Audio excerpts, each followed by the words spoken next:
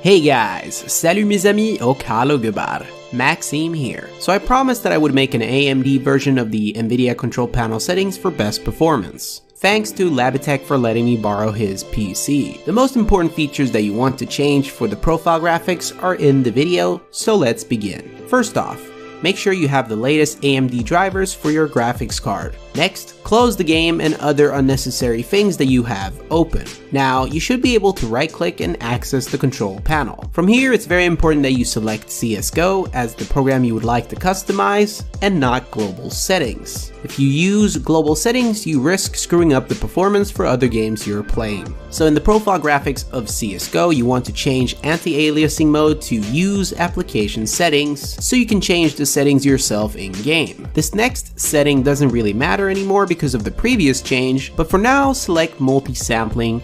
It's the easiest option for your GPU. Morphological filtering is another type of anti-aliasing. For best performance, select off. The anisotropic filtering mode is just like the NVIDIA feature, and we want this to be off, as it might help against distracting details in the game. Texture filtering quality changes the texture quality to improve the game's smoothness. And here you want to select performance. Surface format optimization. This is an outdated feature, and for CSGO, it doesn't really do anything. I'm just gonna leave it off. Wait for vertical refresh is VSync. For CSGO, it's very important that you set this to off because you want little to no input delay possible. OpenGL triple buffering is useless for the game, so you can turn it off. Shader cache. Just like NVIDIA, it depends on what your C drive is. If your C drive is a fast drive like, for example, an SSD, you should turn shader cache on. Only turn it off if your shader cache isn't an SSD,